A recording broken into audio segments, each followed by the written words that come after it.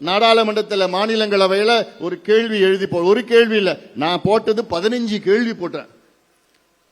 2 கேள்வி தான் பதில் சொல்லியிருக்கிறாங்க. 15 கேள்வி போட்டிருக்கிறேன் நான்.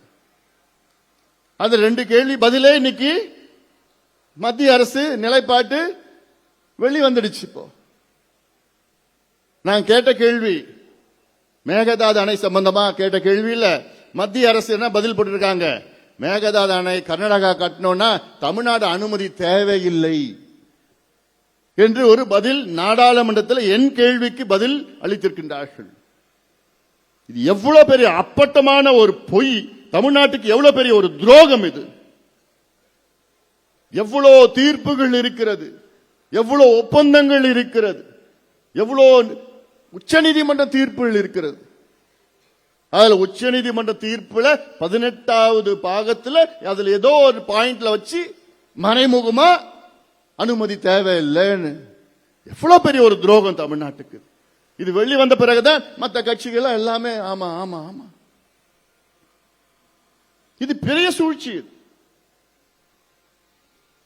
ஏன்னா மத்திய அரசு அவங்களுக்கு கர்நாடகாவில் 2028 தேர்தல் வர இருக்கிறது. பிஜேபி கர்நாடகாவில் வெற்றி பெற வேண்டும் என்று அவங்களுடைய நோக்கம். காங்கிரசுக்கு கர்நாடகாவில் இப்போ ஆளுங்கட்சி, காங்கிரஸ் கர்நாடகாவில் மீண்டும் ஆட்சிக்கு வரணும்னு அவங்களுடைய நோக்கம். ஆக 2 கட்சியும் சேர்ந்து சூழ்ச்சி செய்து தமிழ்நாட்டுக்கு தண்ணி வரவிடாம அங்க மேகதாது கட்டியே தீர்வோம், மேகதாது கட்டினா அங்க வெற்றி பெற்று விடுவாங்களாம். அடிக்கல் நாட்டினா போதும் வெற்றி பெற்று விடுவாங்க. இப்படியெல்லாம் பெரிய சூழ்ச்சிகள் நடக்குது. இது சம்பந்தமா தான் நான் அறிக்கை வெளியிட்டேன். 2 நாட்களுக்கு முன்பு ஒரு அறிக்கை வெளியிட்டேன். இது பிஜேபியும் காங்கிரஸும் சேர்ந்து சூழ்ச்சி பண்றாங்க. உடனே இங்க காங்கிரஸ் கட்சியில் ஒரு புதுசா தலைவர் வந்திருக்கிறார்.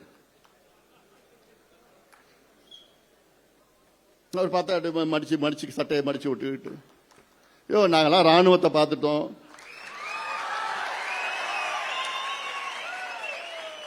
துப்பாக்கி சூட பார்த்துட்டோம், தடியடிய பார்த்துட்டோம், ஜெயில எல்லாத்தையும் நாங்க பார்த்துட்டோம், நீங்க அப்ப பிறக்க கூட இல்லை, நாங்க பேசுறோம்னா அமைதியா போயிடு. நாங்க ஆக்கப்பூர்வமான அரசியல் பண்ணிட்டு இருக்கிறோம்.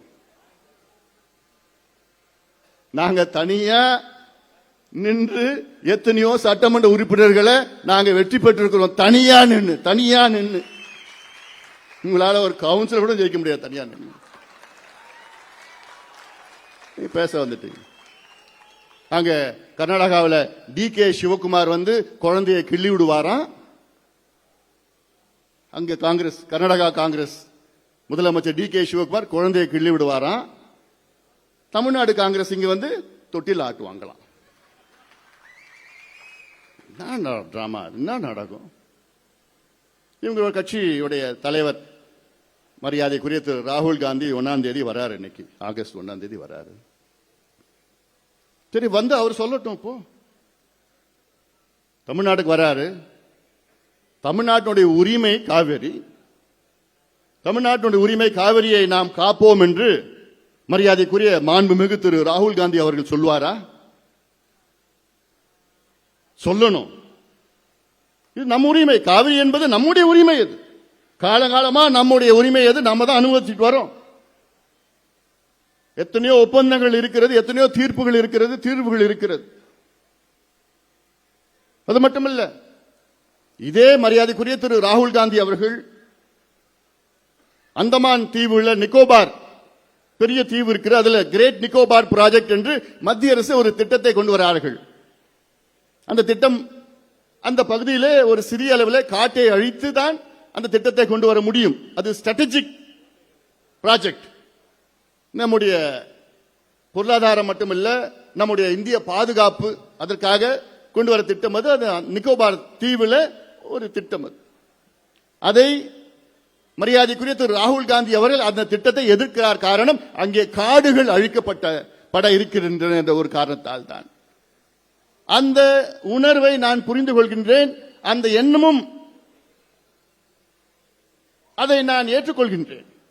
மரியாதைக்குரிய திரு ராகுல் காந்தி அவர்கள் அங்கு காடு அழிக்க கூடாதுன்னு சொல்றதை நானும் ஏத்துக்கிறேன். ஆனால் அதே ராகுல் காந்தி அவர்கள் இங்க மேகதாதுவன கர்நாடகாவில் கட்டினாங்கன்னா 12,500 ஏக்கர் காட்டை அழித்து தான் அந்த அணையை கட்ட முடியும். இதையும் மரியாதைக்குரிய திரு ராகுல் காந்தி அவர்கள் எதிர்க்க வேண்டும். இங்கேயும் தானே காட்டு அழிக்க போறாங்கன்னு அந்த திட்டமிட்டு இருக்கிறாங்க. அப்போ இதை நான் 1ஆம் தேதி வரப்போறார், ஆகஸ்ட் 1ஆம் தேதி ராகுல் காந்தி அவர்கள் தமிழ்நாட்டுக்கு அவர் அறிவிக்கணும். தமிழ்நாடு மக்களுக்கு எந்த பாதிப்பு இருக்காது, காவிரியில மேகதாதான கர்நாடகா கட்ட மாட்டாங்க, காட்டு அழிக்க மாட்டாங்க என்ற அறிவிப்பு மரியாதைக்குரிய மாண்புமிகு திரு ராகுல் காந்தி அவர்கள் வெளியிடணும், சொல்லணும், பேசணும். ஏன்னா இவருடைய அரசு தான் அங்க, காங்கிரஸ் அரசு தானே அங்க இருக்கு. கர்நாடகாவில் ஆளுகின்றது காங்கிரஸ் அரசு. இவர் சொன்னா நிச்சயமா கேட்பாங்க அங்க. அதனால்தான் இதெல்லாம் நான் சொல்லிட்டு வரேன். நான் இதுல எல்லாம் அரசியல் செய்ய நான் எனக்கு விருப்பம் கிடையாது. எனக்கு மேகதாதுன கட்டக்கூடாது, அவ்வளவுதான்.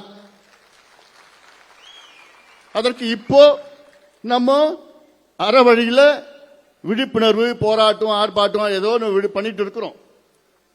வேற விதமா செய்யணும்னா 1 நிமிஷம் தான் ஆகும், சாதாரணமா பண்ணிட்டு போயிடலாம். ஆனா நம்ம ஒரு ஆக்கப்பூர்வமான ஒரு கட்சியா இருக்கிறோம், டீசன்ட் டெவலப்மெண்ட் பாலிடிக்ஸ்ல இருக்கிறோம். நம்முடைய மருத்துவர் ஐயா அவர்கள் போனார், 1000 வாகனங்களை எடுத்துட்டு ஒசூர்ல போய் நிறுத்தினாங்க, வண்டியை நிறுத்தினாங்க. அதெல்லாம் எங்களால செய்ய முடியும். ஆனாலும் இது ஒரு ஆக்கப்பூர்வமா நம்ம பேசி நமக்குள்ள ஒற்றுமை வேண்டும். தமிழ்நாடு அரசியலில் ஒற்றுமை வேண்டும். அப்போ கர்நாடகா எடுத்துக்குங்க, அங்க இருக்கிற முதலமைச்சர் டி.கே. சிவகுமார் அவர் வீட்டில் போயிட்டு மத்திய பிஜேபி அமைச்சர்கள், இப்ப புதுசா கல்வி அமைச்சரா போன வாரம் போட்டிருக்காங்க பிரகலாத் ஜோஷின்னு, அவர் எங்க போறார்? பிஜேபி மத்திய அமைச்சர், அவர் கர்நாடகா முதலமைச்சர், காங்கிரஸ் முதலமைச்சர், அவர் வீட்டில் போய் பார்க்கிறார்.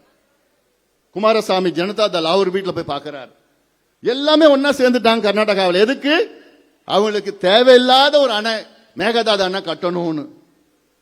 ஆனா இங்க நமக்குள்ளே பிரச்சனை, நமக்குள்ளே ஈகோ.